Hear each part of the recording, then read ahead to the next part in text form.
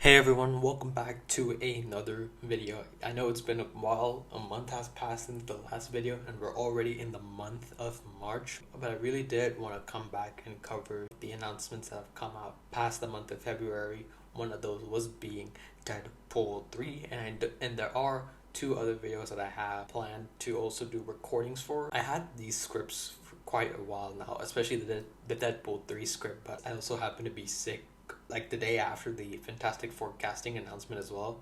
So yeah, I mean, and I also just had some personal stuff going on whilst also being sick. But now that I'm back into it, I wanted to get this Deadpool 3 trailer out of the way. The trailer begins, we see Wade celebrating his birthday with the cast of Deadpool being Marina Baccarin as Vanessa, Blind Owl, Colossus, Dopinder, Negasonic Teenage Warhead, and her girlfriend Yukio. We also see X-Force members Shatterstar and Peter, who appear to be okay. In Deadpool 2, Vanessa was killed off in the first act of the film, and Shatterstar and Peter were a part of Deadpool's team of mutants called X-Force. The X-Force was created by illustrator Rob Liefeld and writer Fabian Nicieza. They launched X-Force in August of 1991, and they appeared in New Mutants issue 100. The original lineup consisted of characters such as Cable, who was the son of Cyclops and Jean Grey's clone Madeline Pryor, Cannonball, Domino, Shatterstar, Warpath, and Siren. Their foes during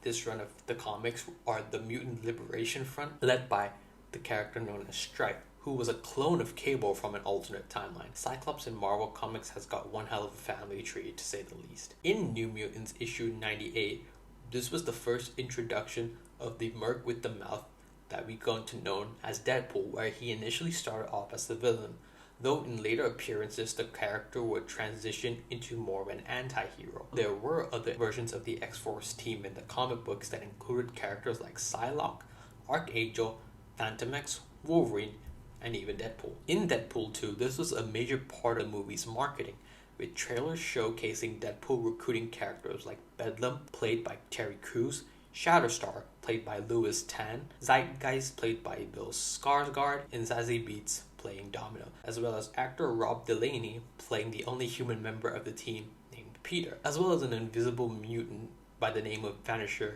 which we will get into later. Ultimately, in the movie, Deadpool's X-Force team on their first mission all meet gruesome fates, minus Zazie Beetz' Domino. They all die one by one, with Vanisher being electrocuted to death, to reveal that actor Brad Pitt was the mysterious actor playing the role of Vanisher. With the inclusions of Vanessa, Shatterstar, and even Peter, this makes Deadpool 2's post-credit scene canon, in which Deadpool steals Cable's time-traveling device from Negasonic Teenage Warhead and Yukio as they finish repairing it, which Deadpool then takes from them and goes back to the events of the Deadpool 2 movie and correcting certain events such as the death of his girlfriend Vanessa, as well as saving some of his X-Force members like Peter. Deadpool even travels back further in time to stop Ryan Reynolds from doing Green Lantern, and goes back to Wolverine Origins to kill his X-Men Origins version of the character. What's funny is that there is a line of dialogue that Deadpool says to Wolverine before he leaves, which leads to something kind of wild, which is that Deadpool predicted Hugh Jackman's return as Wolverine for Deadpool 3. Eventually, you're gonna hang up the claws, and it's gonna make a lot of people very sad. Huh? But one day, your old pal Wade's gonna ask you to get back in the saddle again. When he does, say yes. 2,000 years later. Hey, Hugh, you want to play Wolverine one more time? Yeah, sure, Ryan. After blowing out his candles, we hear a knock at the door, and Wade Wilson is greeted by none other than TVA agents already whipping out their pruning sticks. For those who are unfamiliar, the TVA, or as it's known as the Time Variance Authority, is from the Loki series. We learned that this was a time organization made to stabilize the timeline to prevent branch timelines from coming about so that it can maintain the flow of the sacred timeline, or the MCU timeline as we know it. Highly recommend watching Loki seasons 1 and 2, especially season 1, as we do really explore this institution a whole lot. So quick homework for y'all there.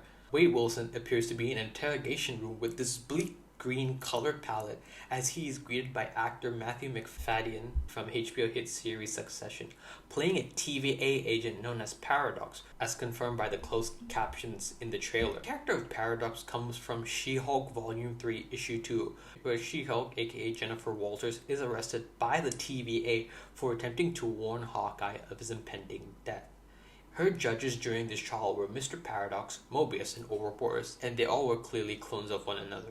Now, it seems as though the MCU has taken this idea of these three characters, but has split them into three distinct individuals. Loki introduced us to the character of Mobius, played by Owen Wilson, who worked at the TVA as an analyst. Loki Season 2 introduced us to Kehi Kwan's character of Ouroboros, who worked in the repairs and advancements department below the TVA. Now, Deadpool 3 introduces us to the character of Paradox, completing this comic book trio. Now, the TV monitor shows us clips from Avengers Age of Ultron, Thor Ragnarok, and shots from Captain America Winter Soldier, perhaps being a meta commentary that tackles Deadpool being pitched by the Time Variance Authority to join the Marvel Cinematic Universe. We get a shot of a desert location with cars traveling. We see a shot of a silhouette from behind who appears to have a bald head.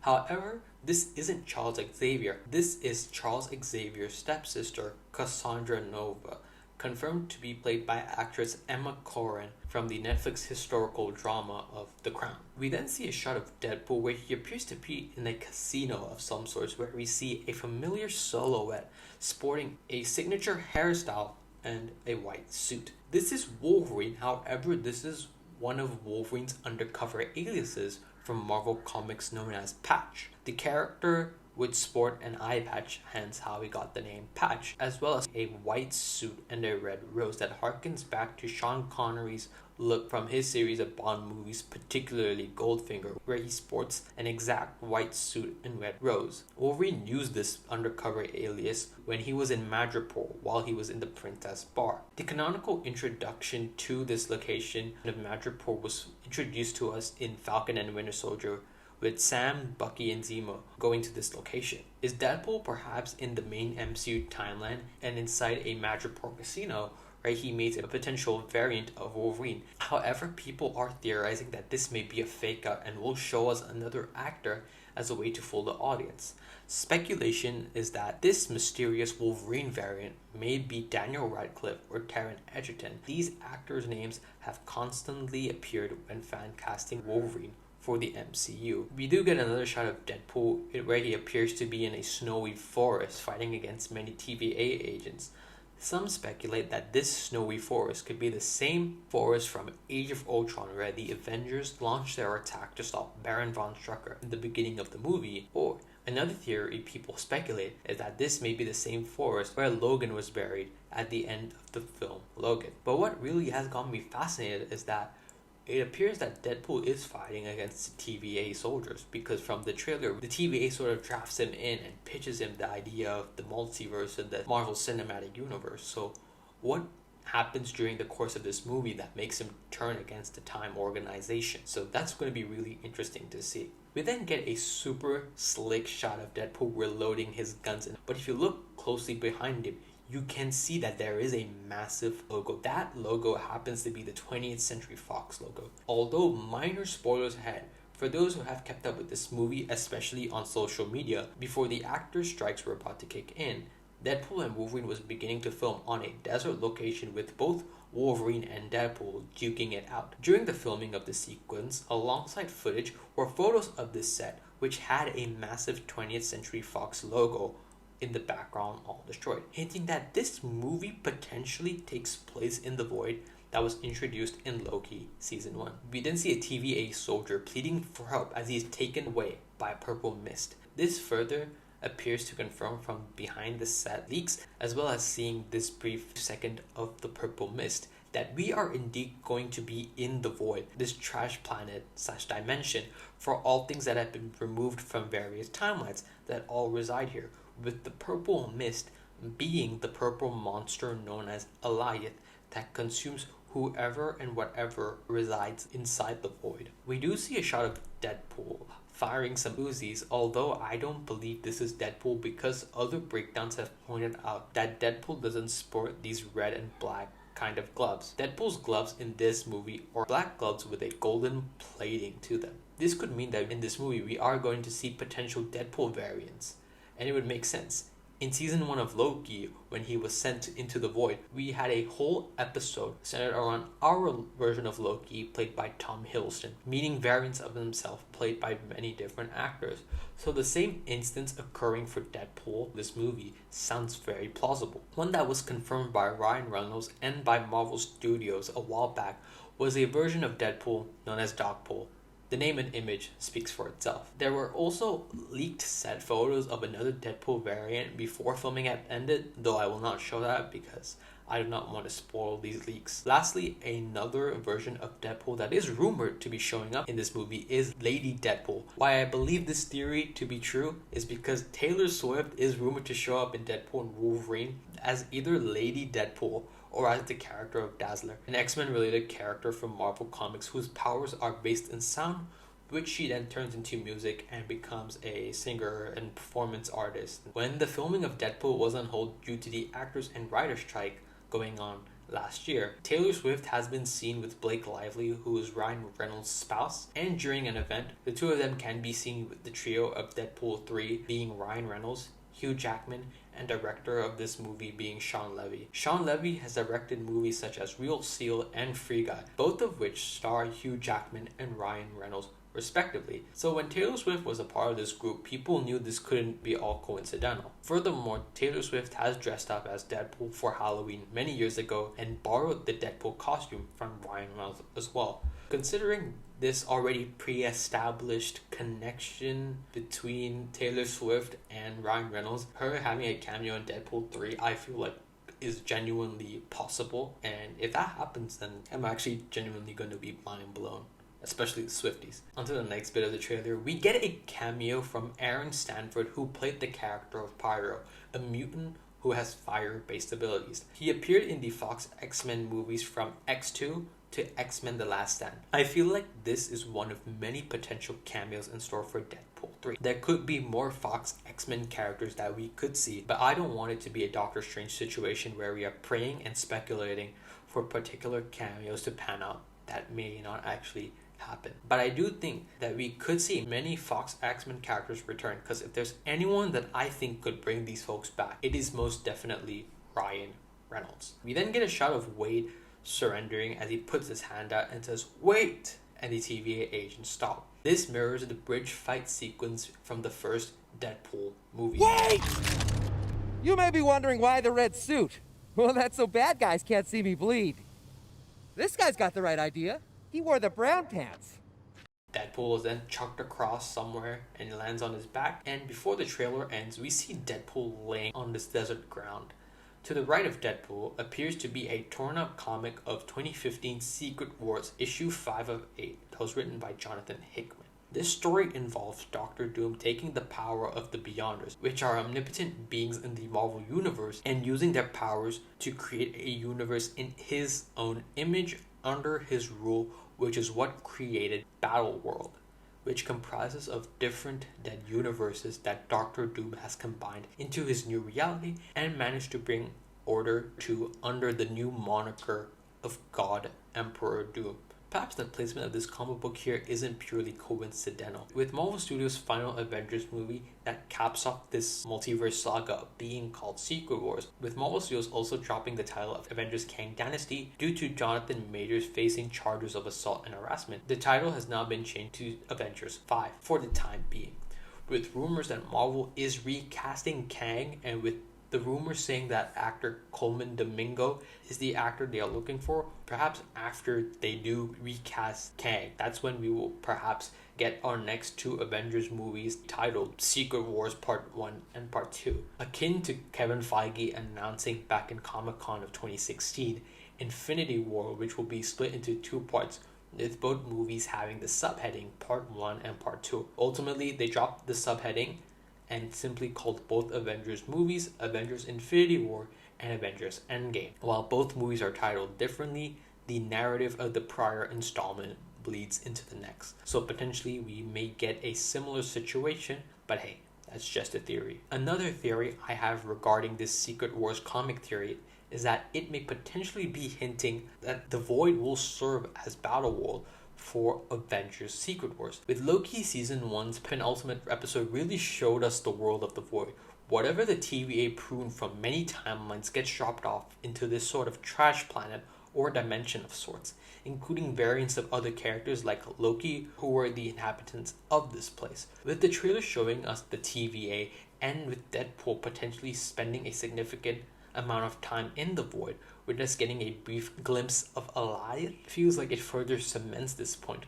Moreover, with the potential variants and cameos like the one we got of Pyro, perhaps the next Avengers movie, whichever villain they do, they may end up turning the Void, which was once this dead trash planet of these multiverse people and relics, now being revitalized as a multiverse battleground with different segments of different universes akin to the 2015 Secret Wars storyline. I think this could be a good way for the MCU to do Battle World and Avengers Secret Wars, potentially do the biggest amount of cameos, pulling all Marvel properties and characters from film and bringing them together with the main MCU cast of characters to duke it out in a multiversal free-for-all. But this is all just a pipe dream. We are still many years away from the next Avengers installments. Another Easter egg that can be spotted alongside this comic book is that there is a bottle. Credit to the YouTuber 3C Films for tweeting this. He tweeted that this bottle could be from the Incredible Hulk movie, where Bruce Banner worked at the soda factory that makes this drink, known as Pingo Doce, where some of Bruce's blood enters one of the bottles, and it leads to one of Stan Lee's cameos in the Infinity Saga, where he sips a bottle of this drink that contains some of Bruce's blood, which may have killed him or made him a Hulk. But of course, we close out on a shot of Wolverine's shadow, with him getting his claws ready, and before the trailer cuts, we can see the back of Wolverine's costume. The trailer ends with us getting the official title for Deadpool 3, which is Deadpool and Wolverine. I'm truly surprised that they didn't show Hugh Jackman as Wolverine, as many of us were expecting, although I'm not mad about it because we already got an official image of both characters together, with Hugh Jackman finally sporting the yellow and blue costume. It took more than a decade, but Wolverine finally got his comic book suit in live action. Moreover, with a lot of leaks for the filming of Deadpool 3 already being on the internet, which do have Hugh Jackman in them, I am glad that they haven't shown him in the marketing. I think we are going to see Hugh Jackman in some capacity in the next trailer, because the next trailer that releases is going to be to promote the fact that tickets are on sale now. If they're going to create that kind of incentive for people to get tickets ASAP, they will show Hugh Jackman in some capacity, hopefully not too much. The trailer will end with the caption saying, "Tickets on sale now." As for my overall thoughts, Deadpool may be MCU's Jesus, that Marvel Jesus kind of character, because Deadpool and Wolverine is the only MCU movie slated to release this year. Ignore Sony because they aren't a part of the equation at all. I feel like the reasoning for this is that this movie is Marvel's guaranteed hit, with Marvel's recent projects skewing more towards being subpar, while there are a few good projects here and there. The MCU overall needs a slam dunk that can reaffirm fans' faith in the brand, as well as get the fans on board with the multiverse narrative. Deadpool is the character that I think Kevin Feige, president of Marvel Studios, and Disney recognize and know can make money. The first Deadpool movie made $782.8 million with a budget of $58 million. The second movie made $785.8 million with a budget of $110 million. With these two prior Deadpool installments proving to be a hit, and moreover, with this third installment of the franchise already garnering hype from Ryan Reynolds announcing Hugh Jackman taking up the claws again after saying he was done with the character in his last appearance in the film Logan, to me, if Ryan Reynolds was able to convince Hugh Jackman to come back, and for Disney to allow for Deadpool to be the only Marvel movie to release this year, and the first MCU movie to be rated R, in for a damn good treat and a Marvel hit, which we haven't had in quite a while. That ends the video. Thank you guys so much for watching. Hope you like and subscribe, and hope you did love this video. I'm so sorry that it took so long to get here, but like I said, really busy and preoccupied. Even when I don't have anything going on, I always have to have something going on. But thank you for your patience, your love and support, as that's really helped the channel to keep going forward. The next 2 videos on the channel that I really am planning on doing is one for the Fantastic Four casting announcement, just giving you my thoughts and overall feelings, and some Superman news, because James Gunn is gearing up to be filming his Superman movie. Talk about everything we know about the movie so far, and also some current updates that have come out. So yeah, thank you all so much. Take care and see you all on the next one.